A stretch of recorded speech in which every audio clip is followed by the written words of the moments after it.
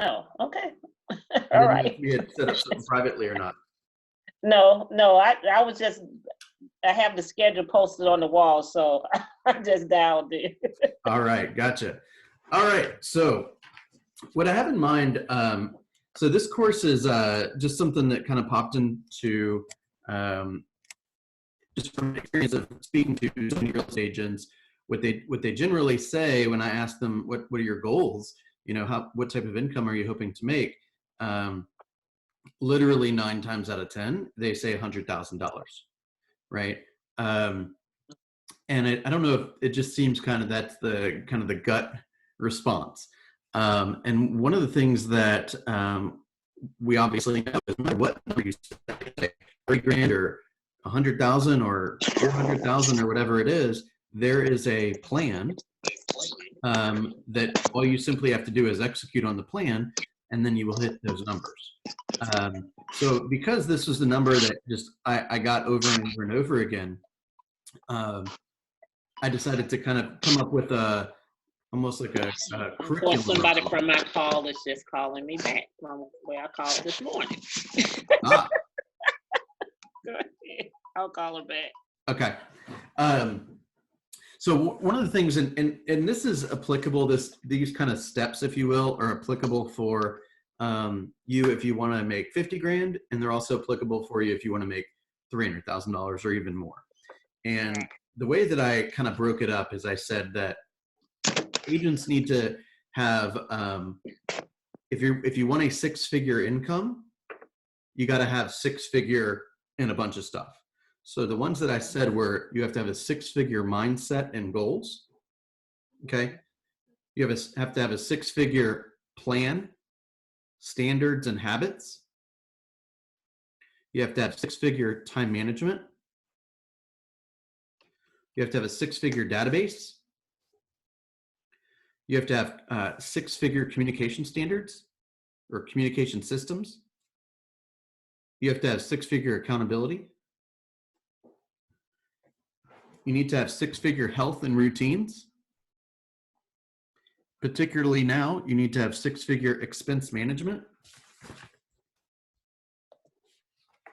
Okay. 6-figure presentations and a 6-figure reputation. So I'll put out this, I'll repeat them real fast for Kim. 6-figure mindset and goals, 6-figure plan, standards, and habits, 6-figure time management, 6-figure database, 6-figure communication, 6-figure accountability, 6-figure health and routine, 6-figure expense management, 6-figure presentations, and 6-figure reputation. Okay. And then each of those 10 things I've kind of broken down into some additional kind of subcategories that could have classes in and of them, you know, specific classes on those materials. So one of the things that has become more and more obvious to me and should be becoming more and more obvious to you guys as you read the Shift book is not everyone treats their business like a business, right? There's some agents, there's a line in tactic. Let me see if I can find it really quickly. It's in tactic 8, I believe. Hang on one second. This is worth the wait.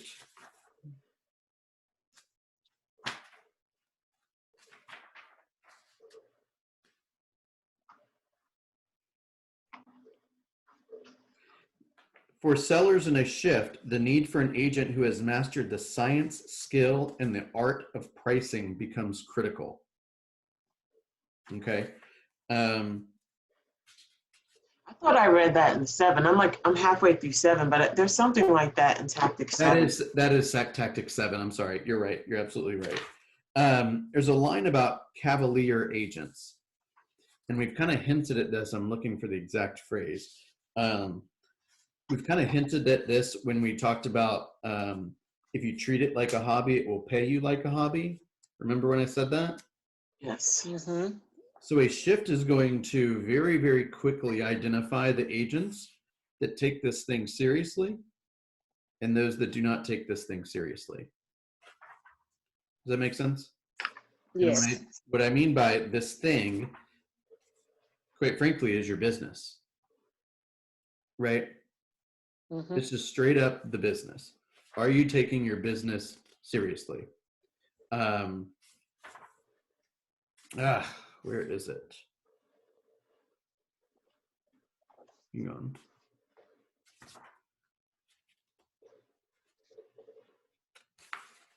This is worth it. Hang on. I'll try to find it later. It's basically the agents that you have to really take the time to go study the market.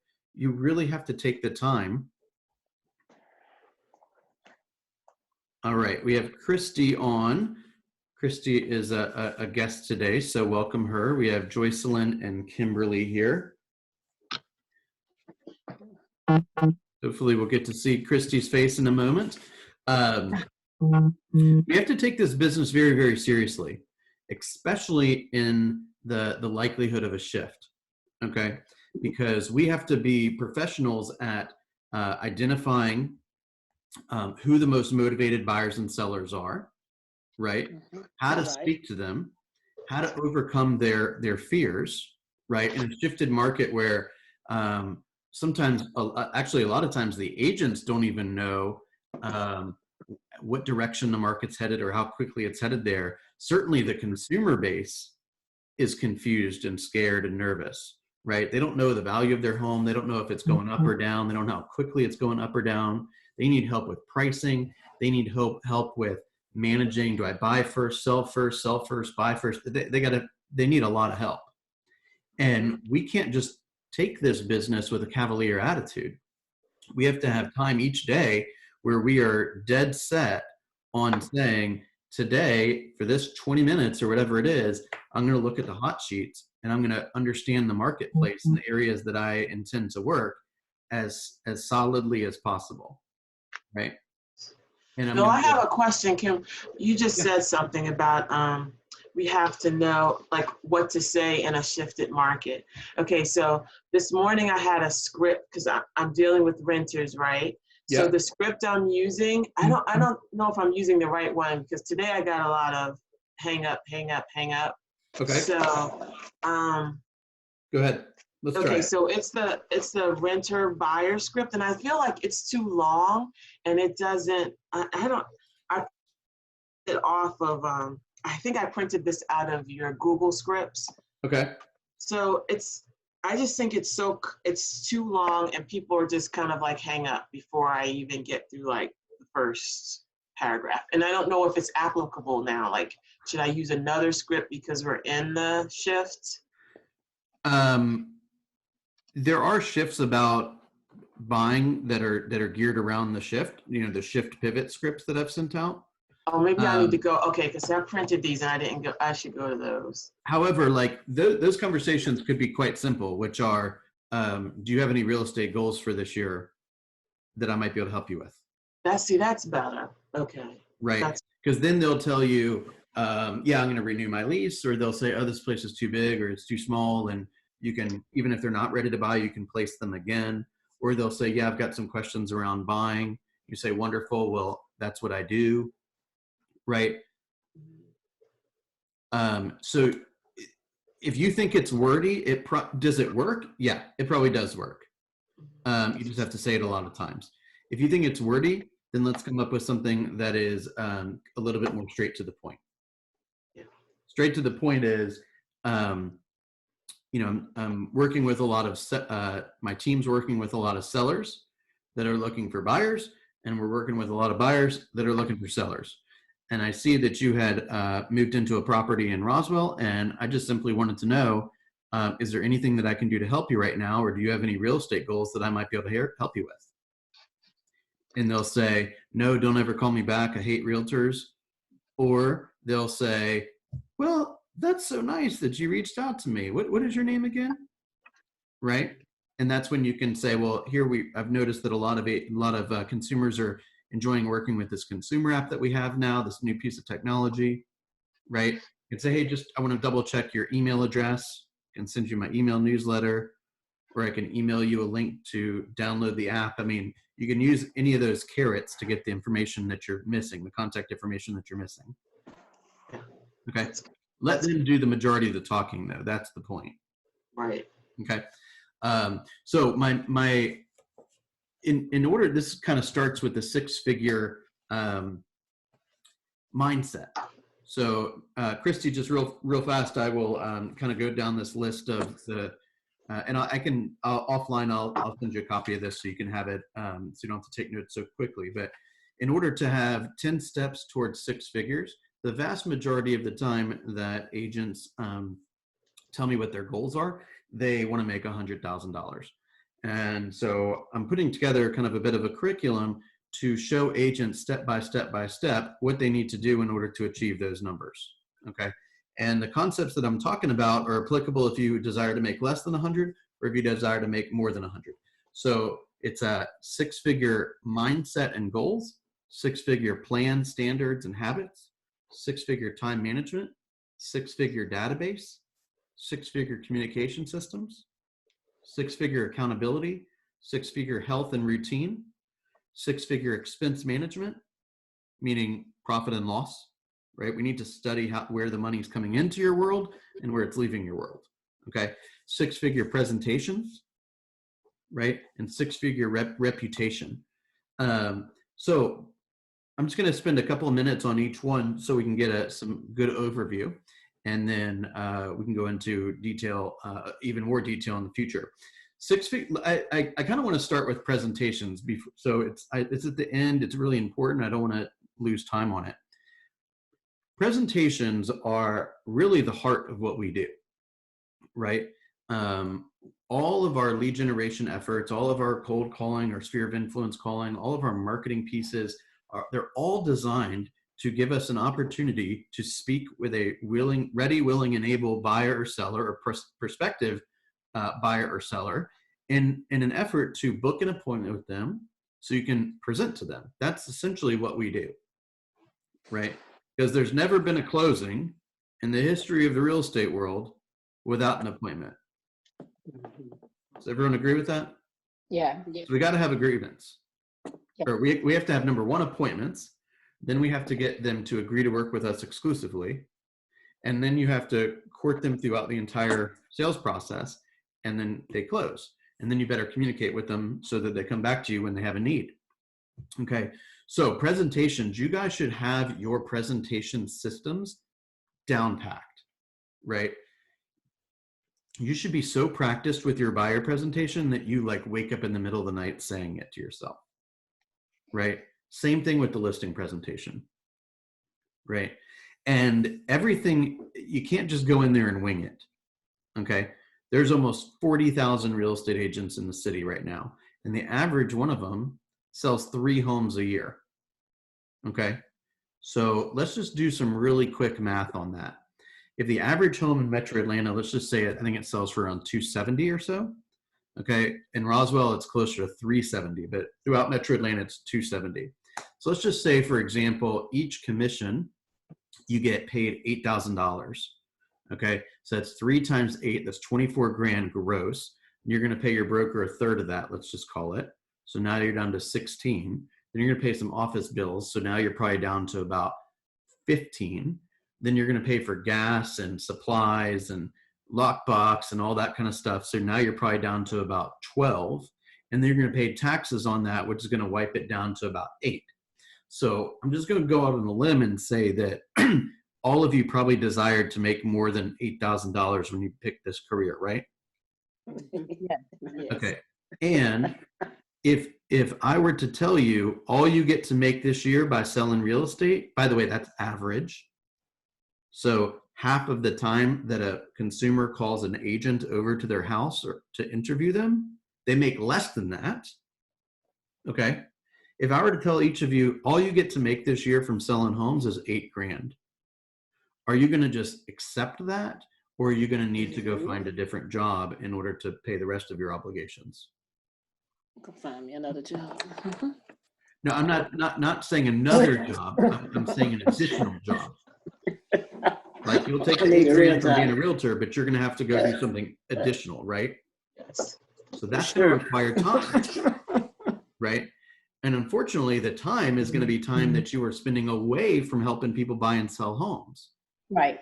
right? So it's less time you're prospecting, it's less time you're studying the market, it's less time you're practicing, it's less time you're staying up to date on all this stats and all that kind of stuff, right? So the average realtor out there, they're not that impressive, with all due respect, right? And they certainly are not running their business like a business. Now, the reason why they're not running their business like a business in large part is because no one in their world is talking to them about running their business like a business, right? No one's asking them to fill in profit and loss statements. No one's asking them to hold every dollar they spend accountable. The vast majority of the agents that I speak to, if I were to say, hey, you tell me you want to make 100 grand a year, do you have a plan of action that you employ and execute every single day in order to hit that goal? Well, no. Okay, well then it's very unlikely you're going to hit it.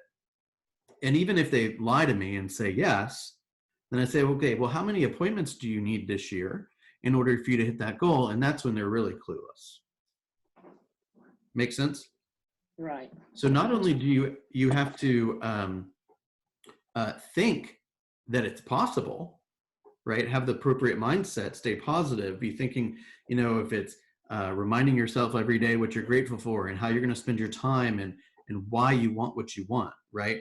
If you say you want 100 grand, is it because your family requires 100 grand or you're going to have to move out of your home? Or is it because it's just some, number that you pulled out of the sky, and if you make 80, you're okay, right? Or if you make 20, you're okay. Sometimes if you actually don't have to make that much money, we have a lot of people in our office, for example, that, their spouse makes plenty of money for the family and they don't really need to make any money. Well, guess what? This job is pretty stressful, It right? is. And if you don't have to do it, right, you're probably not going to put yourself through that stress, right? You're just going to say, I don't feel like getting yelled at today by somebody that I cold called, right? And therefore you don't go through the hassle, and therefore you don't have the results. Make sense? So we got to get to the bottom of that motivation to say, well, why are you in this business? Are you in this business because you love watching first-time home buyers buy their first home? Are you in this business because you love to see people build wealth through owning and selling real estate? Right? Are you in this business so you can do something unique? Right? Do you use some of the income that you make from helping other people and give that to a charity that's on your heart? Like, why is that important to you? Because thinking about that all the time when you're calling strangers is probably something you need to do, right? So just before I get too far off the tangent there, the presentations have got to speak that to your people, right? There's a book called Start With Why by Simon Sinek that talks about people don't buy what you do, they buy why you do it, right? So if you were to tell a buyer prospect that, hey, there's a charity that's really close to my heart, that every time we have that we help a buyer or help a seller, we make a donation to the Foster Care Foundation, or we go buy 100 nets that families in Africa put over their space so that they get they don't get malaria, or we make a donation to a battered woman's shelter, whatever it may be. That people are more likely to do business with somebody when they know that you care about something beyond the commission check. Make sense? Yes. So maybe that ought to be part of your presentation, right? Why are you different? Because if, Kim, you come over to me and you say, hey, here's some comps, and here's the marketing plan, and it goes on these 3,000 websites, and I'm a nice person, do you want to work with me? They're like, well, what makes you different than Christy or Joycelyn or whoever, right? So you need to look them in the face and tell them why you do what you do, right? And it better be polished, right? People expect, I've asked this question before, who do you think your biggest competition is? Let's try this, Kimberly. Who do you think your biggest competition is? Okay, I always look at that as a trick question. It is a trick question. I always say myself. That's a good answer. I do like that answer. That's not where I wanted you to say, though. Okay. So let's just say that you said that Joycelyn is your biggest competition, or another agent. Okay, fair. She likely is. Although I think the stats say that about 70% of consumers only interview one agent anyway. So the likelihood of another agent being your competition is actually lower than you think, right? Yourself is a big one. So that's a great answer, because if you go in there and you're not feeling up to, you're not confident in your ability to price the home, or you're not confident in your plan, or you're not confident that you can work well with this client, it's probably going to show, and the consumer might just not work with you. But I'm going to give you a completely different way to think about this. What if I told you your biggest competition is the Ritz-Carlton or Amazon? Or the internet. Or the internet, right? So what I mean by that is I can be looking on my telephone, I can hit the couple of buttons, and all of a sudden groceries show up at my door. Right. Okay. I can hit a couple buttons on Amazon and have anything I want delivered to my door within 2 days, sometimes faster. Yeah. Right. So let's say, Kim, I'm a seller and you call me and we're courting each other, and you say, hey, let's get together. And I say, well, I'm going to be out of town next week. Why don't we get together right when I get back? And you say, great, we set the appointment, right? So I go off and I go to Denver, let's say, and I'm taking my family on a vacation and I stay at the Ritz, right? Is that unheard of? No. Okay. No. So, and this would apply even if I stayed at a lower end, if I went to the Marriott or Hyatt or one of these kind of places, right? And, if you've ever been to the Ritz, they will find a picture of you and your family on the internet and have it by the nightstand. Right. Right. And they know why you're traveling there. They know what airline you took. They know everything. Everything about you. Right. They know what you like. If you got a particular sports team that you like, they know about that. And they track it all. Well, let that be a lesson to us. We should be tracking that as well. But if I go out of town and for a week I'm just pampered and pampered and pampered, right? And then I come back and you show up and you're the listing agent and you're a few minutes late and you're wildly unorganized and you're not confident. Well, I've just been delivered a service at a super high level to come back and get your service, which is not the same, at a marginal level. Right. Right. So this is not confusing at all. This is very direct. We are service providers just like any other service provider. And the world is getting more and more spoiled, right? People can get what they want faster, better quality. Well, maybe that's debatable, but at least faster, and they eliminate the problem, right? So if my problem is I don't have enough carrots in my house and I hit a button and the carrots show up, problem's over, right? So our job is, when we get an opportunity to present, we have to let people know how we do business and why they ought to do business with us. And it should be reflective of the type of income that you want to make. And it should be reflective of the type of person that you happen to find yourself in front of. So for example, I'm going to make some very large generalizations here. But let's say you go to a buyer or a seller of a home that is, let's say, $600,000-$700,000. Well, what type of person owns a $600,000 or $700,000 home? Usually professionals, something. Right? More than likely, it's somebody with some form of supervisory role, right? They probably have a few people that report to them. Is that fair to say? Yeah. Yep. Okay. So guess what? They're used to asking for stuff and getting it done. And getting it done. Right? They're used to identifying a problem and then calling over somebody into their world for that problem to go away. Right. Right. And so you need to speak to them on that type of level. Right. So we want to make sure that our presentations are buttoned up. And then particularly with this COVID thing, is everything you've ever used to present, any kind of collateral material, any type of pre-listing package, any of that needs to be tweaked so that you can do that presentation over the computer. Mhm. If you don't have a Zoom account, oh, you're in trouble. It's like you're not even paying attention. That's like not even having the internet right now, Right.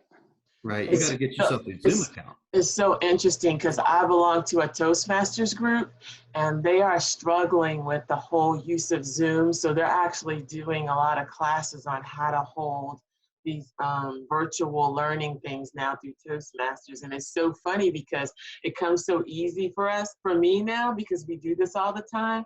But you wouldn't All the believe how time. other people are struggling. They're really struggling with this. Let me ask you a question.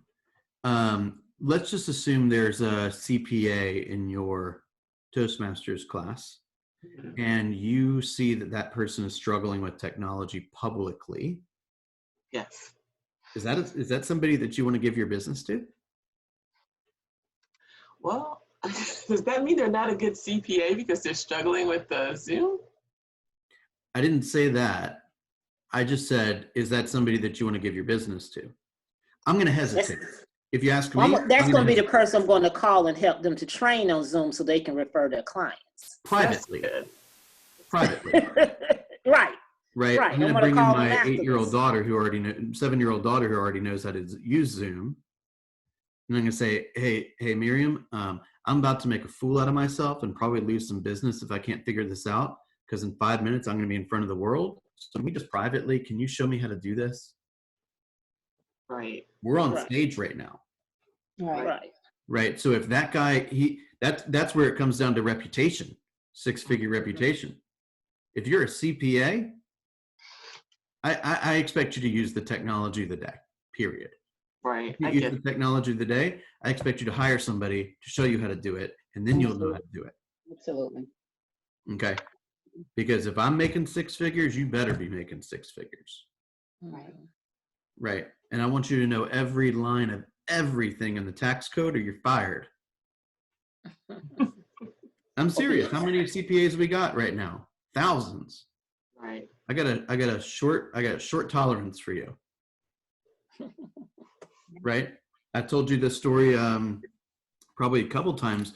One of my first transactions ever was when the market was horrible, 12 or so years ago, 14 years ago. And have I told you this story, guys? We don't know. I don't remember it. We had this kind of shows you what the market was like back then, but I was helping a buyer buy a 1-bedroom condo in Decatur. Okay. And there was this weird sticky spot thing above the fridge. Okay. And there was another weird sticky spot thing in one of the cabinets. And my guy was just he didn't like it. Yeah. And so we negotiated a $45 maid bill, right? Paid for by the seller. Okay. And I was new, so I didn't have a maid. So I asked the other agent if he had a maid. You know, he had a cleaning company or whatever. And he gave me the cleaning company. I met the woman out there and I introduced myself at the door and said, all right, here's the deal. I want you to clean that spot first, that spot second. And when you feel like you've earned $45, because that's all I got to pay you, you can pack up and take off. Right? And she cleaned the whole place top to bottom, like you've never seen before. Way more than a $45 job. I would have done that too. That's what she should have done. Right? And we're still work together. See? Right? Yeah. 15 years Can I later. get her number? Can she do a $45 job on my house? She laughed. She's like, Mr. Bill, you know better than that. And then the same day, interestingly enough, I met a carpet cleaner. I didn't have a carpet cleaner. We had negotiated a carpet cleaning bill. I didn't have a carpet cleaner. Listing agent gave me a carpet cleaner. I met the carpet cleaner. I was kind of cocky back then. And I said, all right, well, I'm going to do real good in this business. So if you're my guy, we'll do tons of business together. Mm-hmm. Right. And I said, but if you screw up, we're not going to talk anymore. And that was the last time we worked together. Yeah. Yep. Right. Mhm. So we're all on stage all the time. Mhm. And our reputation oftentimes is going to precede us. Right. Like, I've got a bunch of agents locally that I've done transactions with, hundreds of agents I've done transactions with. Pretty much all of them have been positive. At least I've been professional and friendly. right? And I've showed them that I mean business. And many of them, if I am working with a buyer and I see that they're the listing agent, I call them up and say, hey, Lee, it's Bill over in Roswell. My buyer likes 123 Hill Street. What's it going to take? Yeah. He says, oh, Bill, we got multiple offers, but if you can close this month and not ask for any closing costs, we got a deal. I said, beautiful, it's coming over, right? Because they know that I'm not, that I take my work seriously. Mhm. Right. And that closing is going to happen Mhm. because Right. I'm going to do my job, and I'm not going to let any other professional in the building until I know they're going to do their work. Right. And believe me, I can give you a longer list of bad HVAC guys than good ones. But that's okay, because once you screw up, we're not talking again. Because my reputation is on the line. Right? I could tell you some horror stories about vendors. Right? But if you do me right, oh, life is going to be good for everyone. Right? So don't forget about your reputation. And you're showing your reputation every moment, every time you interact with a client. Right? So let's say that somebody schedules an appointment, and then that your seller leaves the house and takes the dog out, and then the person doesn't show. Do you just let it go, or do you call that agent back and blow them off? You know, just let it go. Go outside and scream if you have to, but don't be a fool in front of other people. No. Make sense? Yes. Okay, let's go back up to the top. Let's talk a little bit about mindset and goals. Does everyone agree that mindset is critical? Yes. Okay. There are days where, like today, honestly, I felt like I could call anybody. I'll call Mark Spain and see if he wants to come to this class. Okay. Friday, I didn't have that much confidence. I was like, man, am I like, I was like, oh man, should I call this person? You know what I'm saying? So I have to try to go back and try to figure out what was going on. Why do I feel good today and bad the other day? Right? Because if we let that seep into our world, it's going to affect our speech. It's going to affect our smile. It's going to affect our professionalism. Right? You can tell that I'm, hopefully you can tell I'm passionate about this, because when I adopted the appropriate mindset and the appropriate goals and the appropriate standards, and I ran the plan and I had accountability, I made 6 figures and more, right? When I was not in the type of environment that talked about that kind of stuff, right, then I didn't even know how important it was. Right. And if I happened to like get that information and then looked around and say, well, why doesn't anyone around me have an assistant? Right? Well, they probably don't have an assistant because they're not making enough money to pay one. Right. Why aren't they making enough money to pay one? Because they're spending too much time being the assistant. Right. Right? So I need to be around people that are causing me to be pushing me, making more calls or taking more vacations or thinking bigger. Right?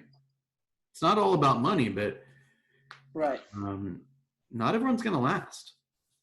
Right. Not everyone's going to last. It's actually just got off the phone with Susan a couple minutes ago, and there are people that we spent a lot of time and energy bringing to our office over the last year or two that are struggling. And through no fault of, I mean, who knows? It's probably a little bit of everyone's fault, but it pains me to see that they may have to leave the business, right? That really crushes me, right? So we not only have to have goals, but most importantly, we have to know why we want those goals, right? I could say all day long, I want to make 100 grand, but if I don't know why, then I may not be willing to put up with the crap it takes to make 100 grand, if that makes sense, right? I need to make 100 grand or more than 100 grand because my daughter's school still wants to be paid, and she even in there. Yeah. Right? That's right. I'm still paying for Pizza Fridays, and I haven't even got any pizza. Does that make sense? What? Okay, so we got to know why you want what you want. So let's move on to number 2. Plan, standards, and habits. So standards, let's talk about standards for a second. Standards is so critical. That's what I've been speaking to you guys a lot about this lately is what does your organization represent, right? Do you have standards in terms of like how quickly you respond to an inquiry, right? Or do you call every single person that you know when their birthday is? That's your standard. Do you reply to every LinkedIn message or every Facebook message? Do you have a standard around that? Do you have a standard on how many people you add to your database each day? Do you have a standard around how many contacts you make each day? Your standards and your goals might be correlated. They may even be the same thing, right? I don't go to bed. I'm not saying me. I don't go to bed unless I take 10,000 steps today. That's my standard. Okay.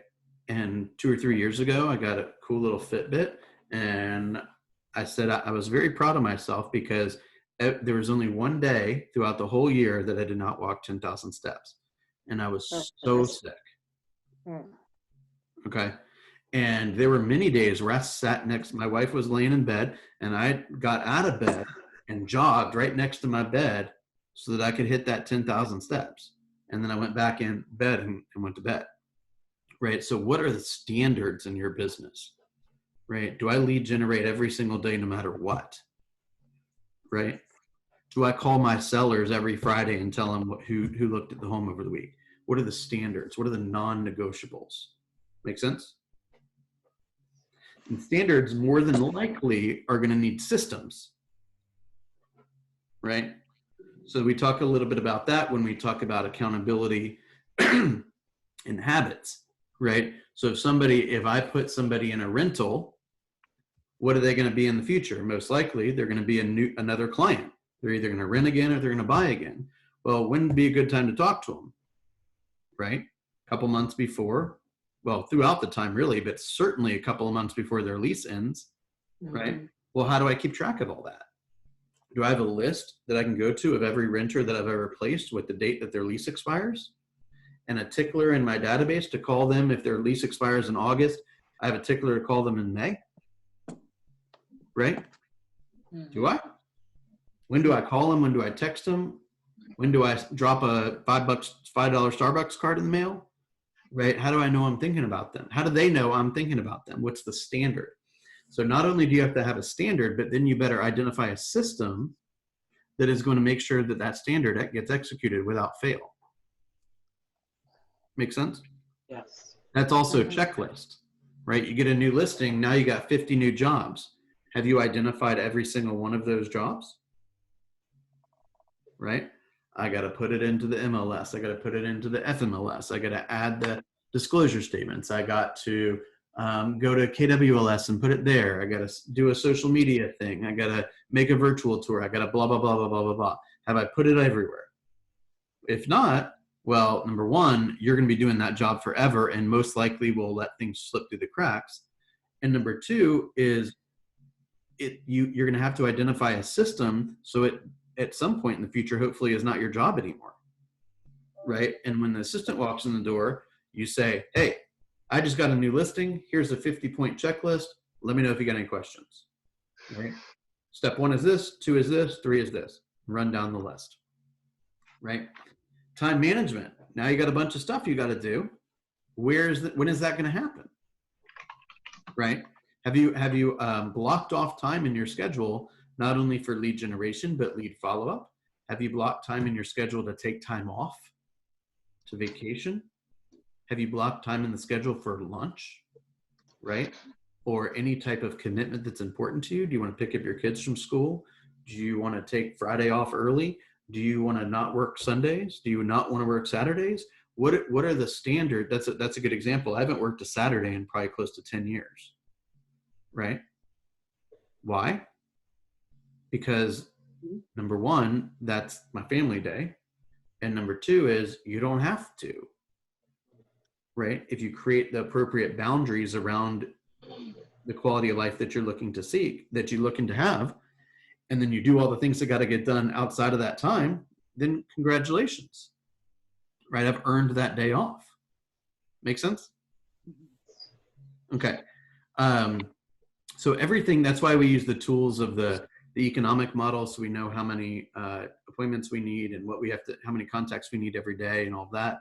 And we also know through our GPS or our 135 and our 411, right, what do we have to do today to stay on task? These are, Christy, these are basically some KW type business planning tools that we can chat about offline. But essentially it would say, let's say I want to walk, let's say I want to lose 20 pounds this year. Okay, well, I got 8 months left. That means I need to lose 2 or 3 pounds per month. Am I on track? Am I not on track? I got to do a little bit more running or a little bit less eating or whatever it may be. So if I want to take, 20 listings between now and the end of the year, and the whole month goes by or 2 weeks go by and I haven't talked to any sellers, what do I need to do about it? Right? Am I going to have to adjust my plan? And if I adjust my plan, that's only going to happen if I have space in my calendar for it. Mm-hmm. Right? So when am I going to practice? Right? When am I going to talk to my accountability partner? When am I going to plan? Right? So I encouraged everyone to have maybe 30 minutes to an hour on Sunday where you hole up and you say, here are my stats this week. Okay? Actuals versus goals. Okay? My goal is to talk to 20 people a day and book an appointment each week. Well, I talked to 45 people instead of 100 this week, and I didn't book any appointments. Okay? So how do we feel about that? Well, I don't really care so much. How would you feel if you made a lot less money than you were hoping to make? Well, I don't really care that much. My spouse makes plenty of money. Okay, well, you're probably not going to be that great of a coaching student. But if you're to say, well, man, I'm behind, say, well, are your goals, how important are your goals to you? Right? Does your daughter still need school to be paid for? Does your family still need to eat? Do you still want to go on that vacation? Do you still want to donate to that charity? Right? Yes. Okay. What do we need to do so that nothing gets in the way of these priorities? Right? That's where we learn about the one thing. That's where we learn about the concepts of time blocking and priorities, and then doing those priorities over and over and over and over again so that you can hit the big rocks, the 20% work, right? All right. Well, I'll be honest with you. And this is not like, I'm just kind of trying to be transparent. Okay, so I chose coaching because I do need someone to kick me in the butt constantly, because a lot of my why to be in real estate is just the sense of accomplishment for myself. Yep. I left corporate years ago, and then I was a stay-at-home mom for so many years, and then I started working in my husband's business, and then now my son's doing that, so I'm trying to transition out of that and do this for myself. So a lot of this is for me, like, but I want to be successful at it, but I also have that other, like you keep saying, like a lot of people have a spouse that, kind of supports everything and you don't really need to do it. So I can kind of fall off and get the lazies and be like, oh, this is too stressful today, I'm not doing it. So I appreciate when you come on in the morning sometimes and you're mean, because I need that. Was that mean today? No, not really. I mean, but I don't think it's mean. I just mean, like, when you're at your 10, that's good for me. So I'm going to have to start being at the 10 because you guys are falling, you got your head in the sand a little bit. Yeah, I know I do. Like, I feel like, and I know I'm working, but I know I could be doing more. And it's that little bit of laziness because I know I have the other business to fall back on, and I'm not really like, so yeah, so, and I don't want to. Then you have to think about what would your life look like if you, like I was speaking to one of our colleagues a few days ago, and she's in the same situation. Her husband makes good money. They don't necessarily rely on her income. And I really got deep with her, and I said, if you were to make like 50 grand a year, like what would that do for your family? And she's like, well, I could give more money to, I could start a college account for my grandkids. Right. said, well, how much money or how many grandkids do you have? She said 10. I said, Cool. all right, well, good. We're going to be making a lot of calls. Right. And I said, so if you were to make 50 grand, you could go put $5,000 in each grandkid's account. And she almost started crying. Right. Yeah. And then we actually role played, and I pretended like I was the grandkid and she pretended like she was her, calling me to tell me she opened an account and dropped $5,000 in it because she went and sold some homes. See, that's awesome. Right. So it's not about the money. It's about what impact the money can have. Right. Money is good if you do good stuff with it, and it's bad if you do bad stuff with it. I Right. mean, it's true. That's why I'm here, because Right. there's, it's not like it's like there's not things I want to do for my family. Yes, it's So almost the same situation. the other interesting thing Can I say is, something? yeah, absolutely. Okay. Now, I just want to be clear. Is everybody on here with Keller Williams? Kim is, yeah. Okay. You're the only guest. Okay. And I want to say thank you for inviting me. Yeah. I was just trying to figure out how did I, and why was I invited? But nevertheless, we'll talk about that. Yeah. So my company does this thing every morning where for 45 days, we're doing a 45-day Zoom challenge. Okay. We have to get on every morning at 8 o'clock. And I shared with them this morning, and by the way, so I've been in the business since 2003, and I immediately became an agent for a builder. Okay. And from 2003 to 2013, I worked with this a couple of builders actually, and then I came on with my current company in 2013. Okay. And I am a full-time accountant with Georgia Power. My spouse pretty much, if I didn't work at all, we would be okay. Okay. And I'm saying this to allude to something she just said. So I work full-time. Yeah. And I've been selling real estate full-time since 2013. Yeah. And this morning I shared with them about, they wanted to know what we've been doing to kind of continue on with our business, with being that we're, stuck under COVID. Yeah. And I shared a thing where last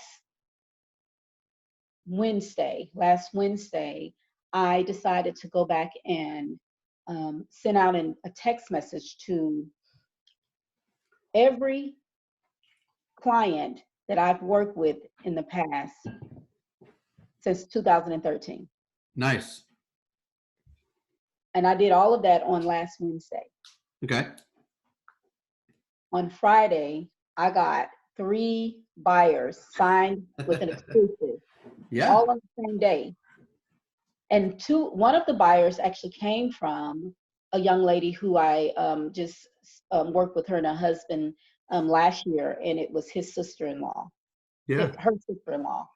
And all of them went exclusive with me on Friday. And like I said, I sent out those text messages, and pretty much what the text message was, it just said that, you know what, I just wanted to check on you. Yeah. Just to see how you guys are doing in this, under the circumstances that we are up under right now.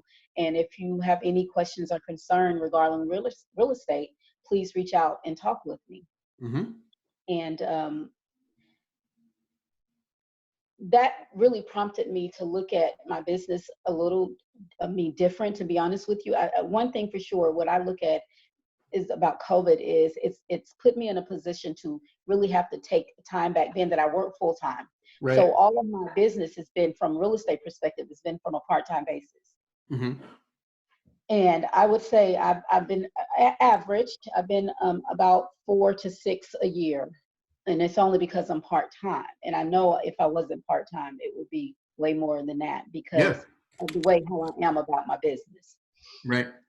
So I think it all starts from, like you said, it's the mindset and what it is that you want to do. Because I get people all the time, how are you able to do this full-time or part-time and still be able to stay afloat? And I think it's just number one is the hunger and the hustle in me.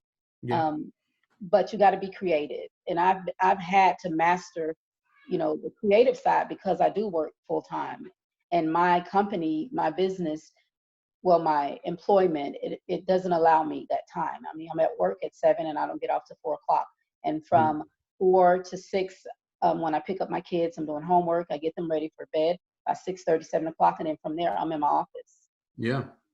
till about 12. But Wow. I applaud that, because what we know is that the more activity that you do, or let me rephrase that, the more activity that is lead generation focused, yes, right? yes, The better results you're going to have. And just because somebody is working part-time or doesn't have a ton of flexibility, let's say they have half an hour a day to give to real estate, yes, maybe they got a couple hours on the weekend to give to real estate, then the question is do you have the right plan absolutely, for exactly what you should be doing? And are you aware of the exact priorities that you need to act upon in the limited amount of time you have?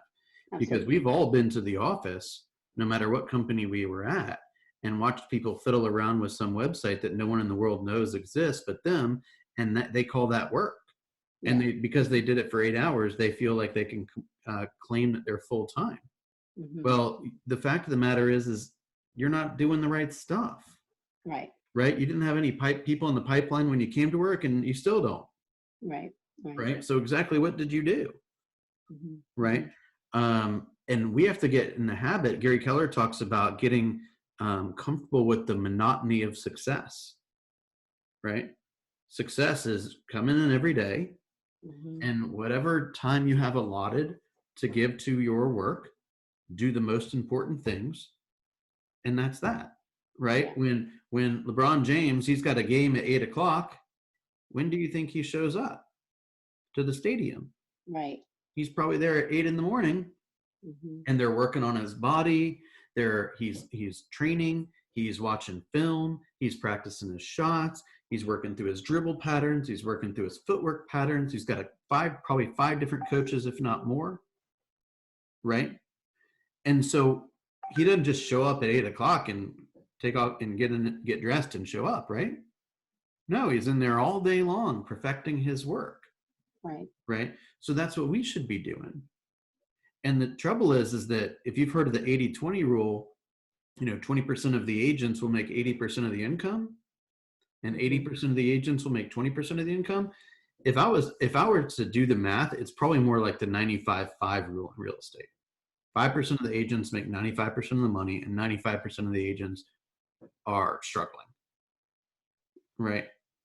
And the only way to transition your business to more repetitive is consistently spending time finding business.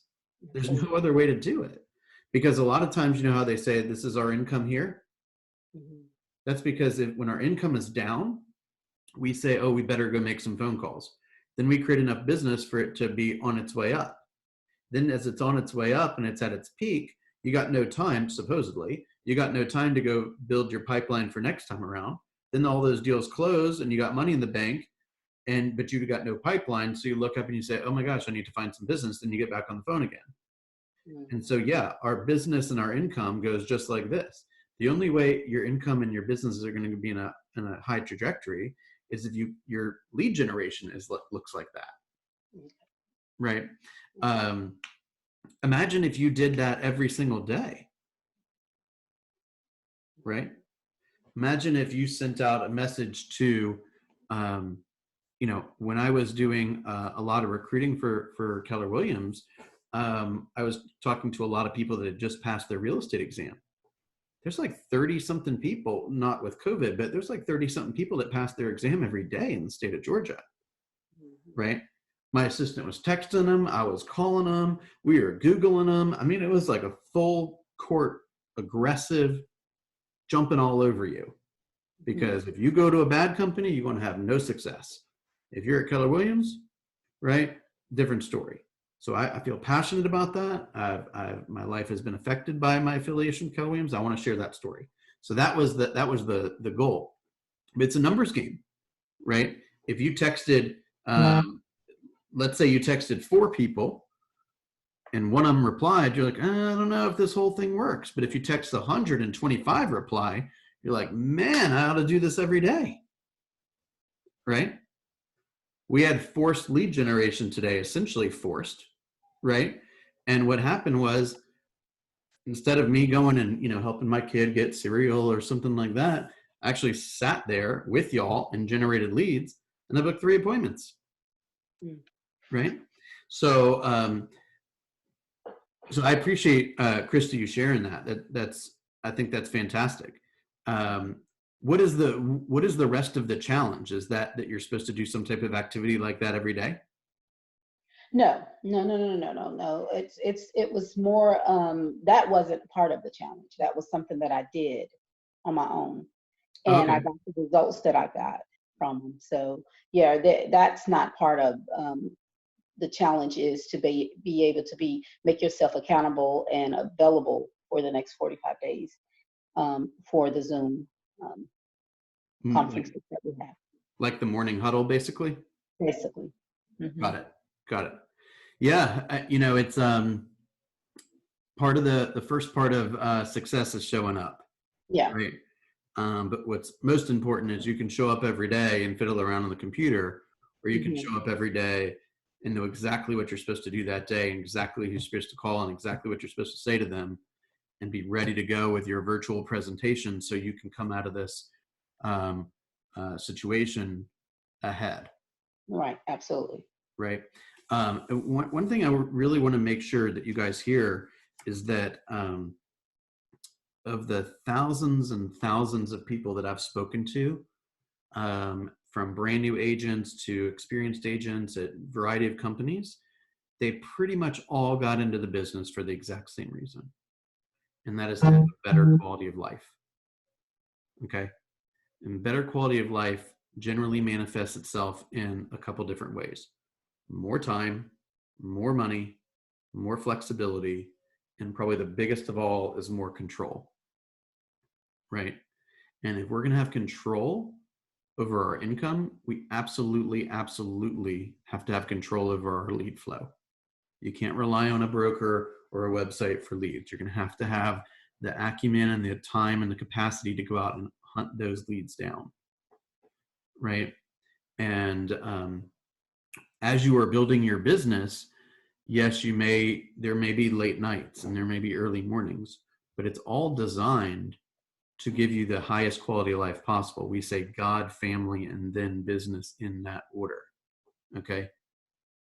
The very first time that I ever allowed somebody else to show a property for me, right, was the very first day my first kid crawled.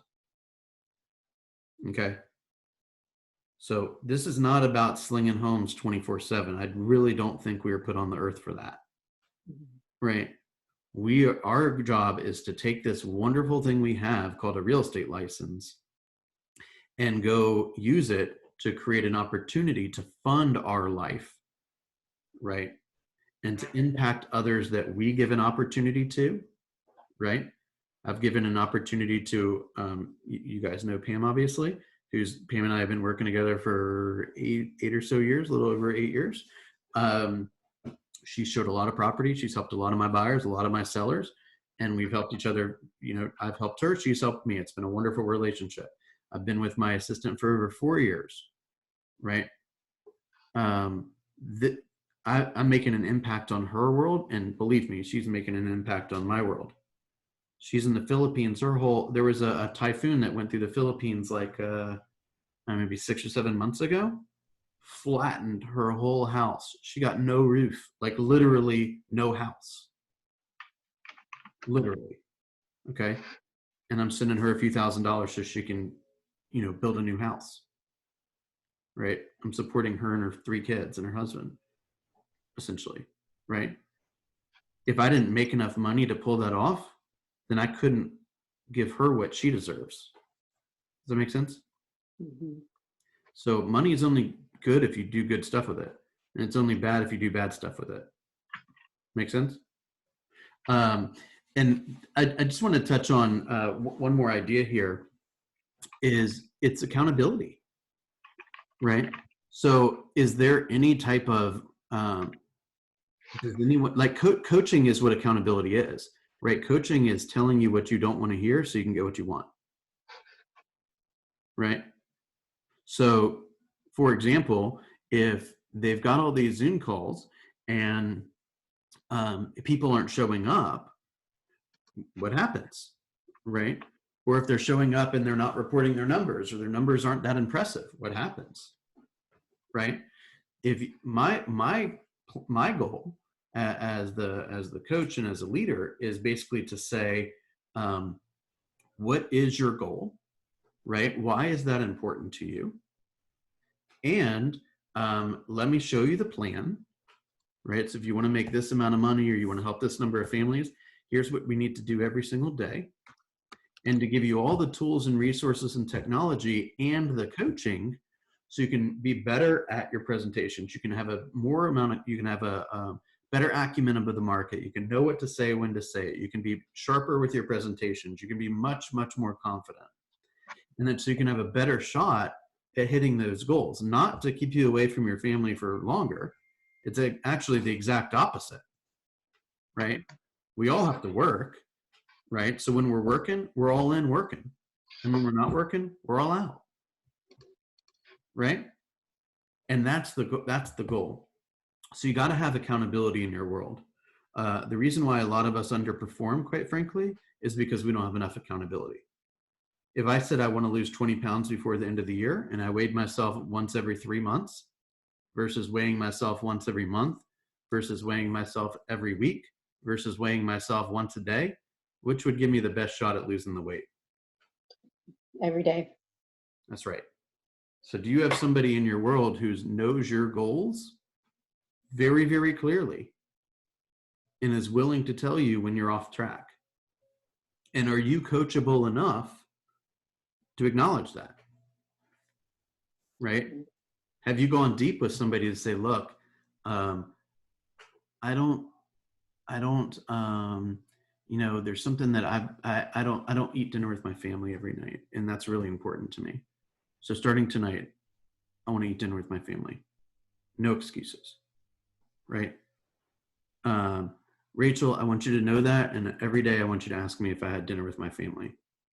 And I'd like to, because you're doing that favor for me and holding me accountable, I'd like to hold you accountable to the most important thing in your world right now.